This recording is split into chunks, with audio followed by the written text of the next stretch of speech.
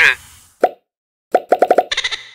Donc, je vous présente aujourd'hui Saigon 75, un jeu pour 2 joueurs qui se passe pendant la guerre du Vietnam. Ça a été un gros coup de cœur chez nous. C'est un jeu qui va se jouer en une 60aine de minutes pour 2 joueurs.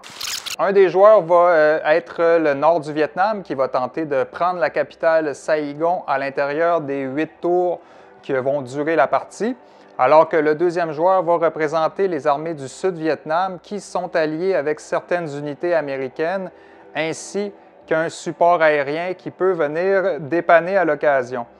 Donc, le jeu est simple, mais il permet vraiment des belles stratégies. Au début d'un tour, on va activer le nombre d'unités qu'on va pouvoir avoir. Donc, on lance un D6, il y a un peu de hasard, auquel on va additionner certains chiffres dépendamment du tour dans lequel on est rendu.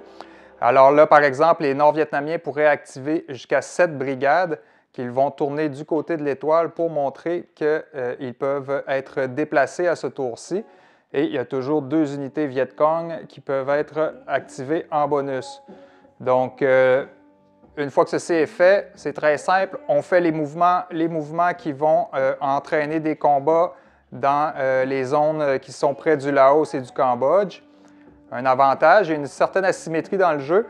Donc, les Nord-Vietnamiens bénéficient des marqueurs d'infiltration qui leur permettent d'ajouter des dés de combat aux endroits où est-ce qu'ils souhaitent, aux frontières du Vietnam et du Laos. Les combats sont très simples.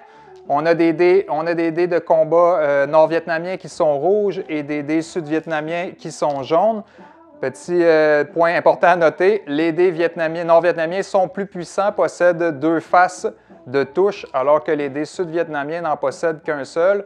Ça représente un peu la situation comme elle était à l'été 73, avec des Nord-Vietnamiens qui étaient des guerriers déterminés, alors que les Sud-Vietnamiens, eux, étaient moins combatifs sur le terrain. Donc, c'est la symétrie que ça représente. Il y a des avantages que les Nord-Vietnamiens ont, notamment aux dés, aux marqueurs d'infiltration. Les Sud-Vietnamiens, eux, vont pouvoir bénéficier du support américain à certains moments pour rajouter des dés de combat dans les combats en faisant appel à l'aviation américaine. Mais plus les Nord-Vietnamiens vont réussir à prendre des provinces sud-vietnamiennes et plus le risque de désertion des troupes sud-vietnamiennes augmente. Donc, rapidement, de tour en tour, on se retrouve avec une armée de plus en plus désorganisée qui est prête à fuir, alors que les Nord-Vietnamiens, eux, vont essayer d'avancer le plus rapidement possible pour prendre la capitale. C'est un jeu qui est vraiment bien, qui se joue en une 60aine de minutes.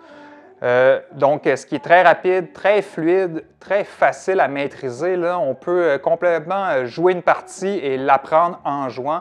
Et après 2 ou 3 tours, là, on est en mesure de bien comprendre le jeu. Mais c'est un jeu aussi qui va rappeler Twilight Struggle à certains amateurs, parce qu'à chaque tour, on va devoir jouer une carte événement.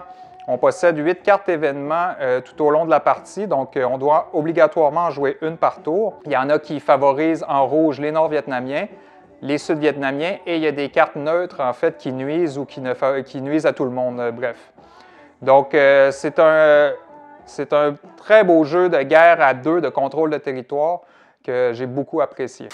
Donc, en résumé, Saigon 75, un jeu simple, facile à expliquer, facile à montrer à quelqu'un qui n'est pas un amateur de jeux énormes niveau expert, mais qui demeure avec une belle profondeur, des choix qui sont déchirants. Et vraiment, les auteurs ont réussi le coup de force de nous faire vraiment sentir dans le rôle des 2 protagonistes.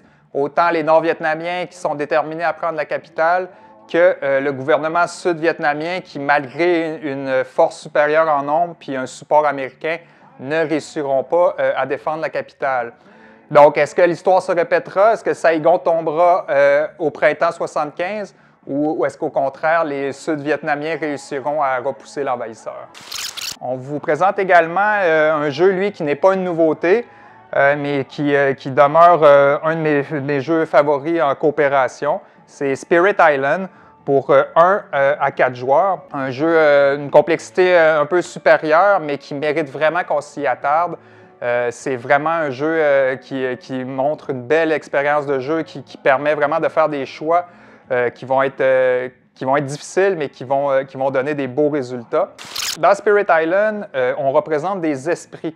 Donc, c'est ce qui est quand même de particulier dans le jeu. Donc, chaque esprit possède, c'est un jeu qui est asymétrique, chaque esprit possède ses propres pouvoirs, ses propres forces. Et on va devoir lutter contre les colons qui envahissent notre île et qui vont la détruire par leur développement. Donc, on va être, en tant qu'esprit, alliés des peuples autochtones qui peuplaient l'île avant l'arrivée des colons. Et grâce à nos pouvoirs, notre but, c'est de semer la terreur chez les colons pour les chasser de l'île et remporter la partie. C'est plus facile à dire qu'à faire. Le jeu est fait, on va rapidement se faire envahir par les colons parce qu'à chaque tour, par exemple ici, vous voyez, il y a des présences de colons avec des villes et des villages. Ils vont commencer par explorer, par exemple, la jungle. Donc, là, à proximité des villes, il y a des colons qui vont sortir des villes pour explorer.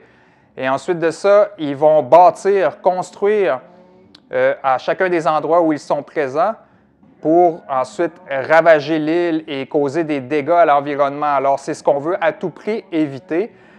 Pour ce faire, on va devoir utiliser nos cartes de pouvoir. Donc, on a des pouvoirs majeurs et des pouvoirs mineurs. Ces pouvoirs-là, mis les uns avec les autres, vont nous permettre d'infliger des dégâts aux îles, de chasser les colons, mais surtout d'influer la peur dans leur cœur. Donc, on va générer de la peur qui va nous permettre de nous rapprocher de la victoire en facilitant nos conditions de victoire. Plus que, par exemple, on va avoir réussi à générer 6, 8 cartes de peur, bien là, nos conditions de victoire vont changer. On va, par exemple, être capable de vaincre si on détruit l'ensemble des villes, malgré qu'il reste des villages.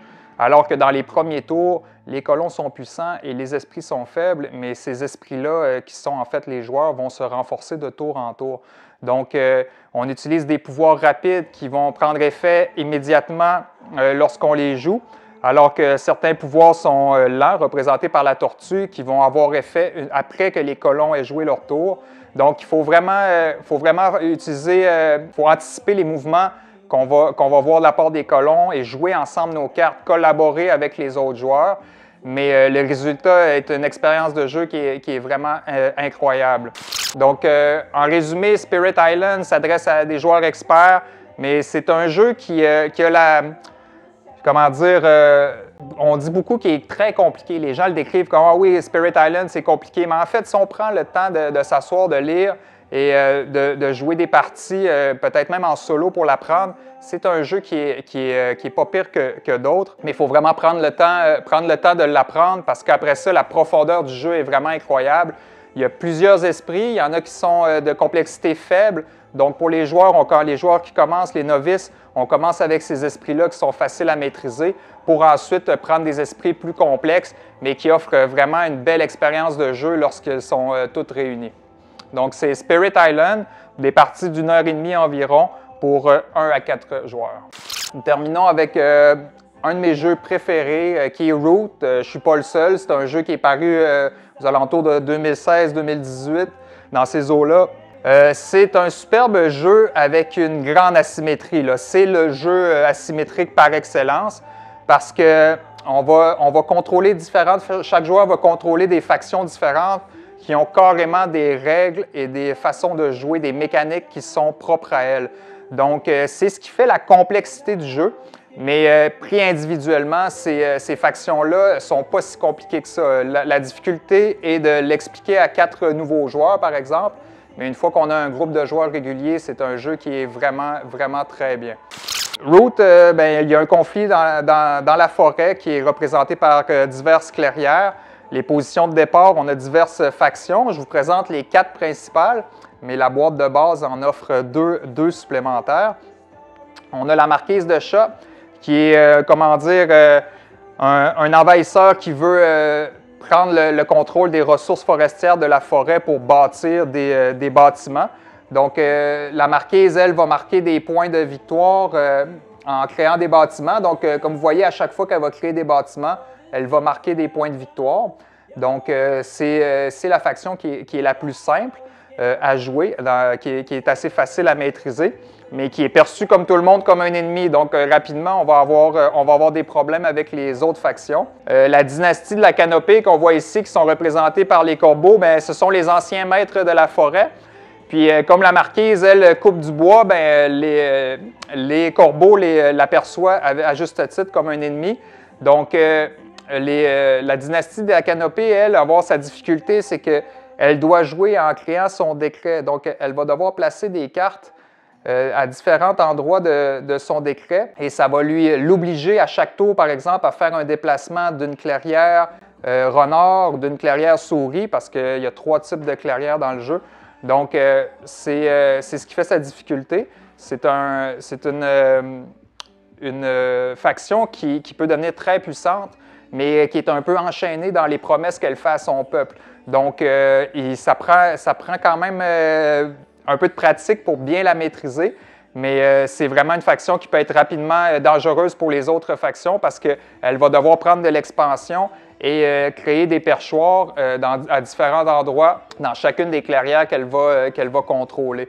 Donc, ces mêmes perchoirs-là vont lui permettre de produire et de recruter. C'est le seul bâtiment qu'il maîtrise, mais qui va rapidement s'étendre un peu partout dans la forêt.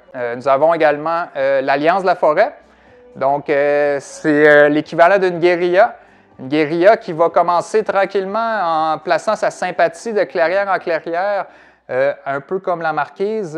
L'Alliance de la forêt va marquer des points à chaque fois qu'elle réussit à placer de la sympathie dans les clairières différentes.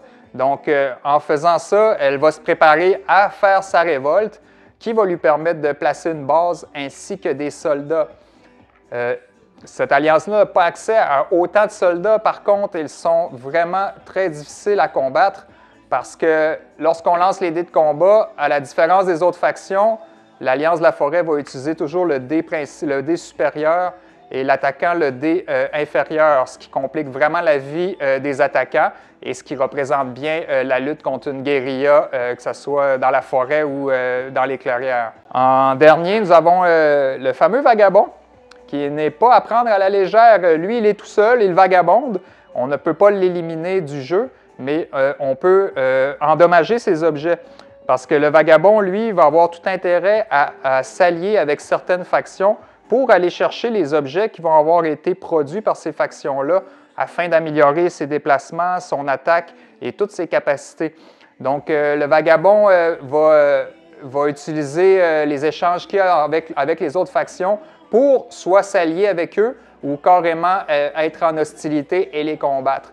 Donc, il va aller chercher des points comme ça. Il va aussi réussir à faire des quêtes. Donc, le vagabond a tendance à se glisser un peu partout puis à être oublié par les autres joueurs, mais il peut rapidement se faufiler jusqu'à la victoire qui prend fin dès qu'un joueur atteint les 30 points. La partie prend fin immédiatement. Donc, c'est un jeu qui offre une belle complexité, mais qui, une fois maîtrisé, est vraiment agréable. Donc, en résumé, Root, un de mes jeux préférés, s'adresse à un public intermédiaire avancé, des parties de 1 à 6 joueurs avec les 2 autres factions que je ne vous ai pas présentées aujourd'hui. C'est déjà assez d'en maîtriser 4, c'est le conseil que je vous donne lorsque vous portez acquéreur de ce jeu-là. Commencez avec la base et passez aux autres factions ensuite. Mais c'est un jeu qui offre des heures et des heures de plaisir parce que les interactions entre chacune des factions sont vraiment incroyables. Il y a des alliances, des hostilités. Donc, c'est un jeu que je recommande fortement. C'est Root.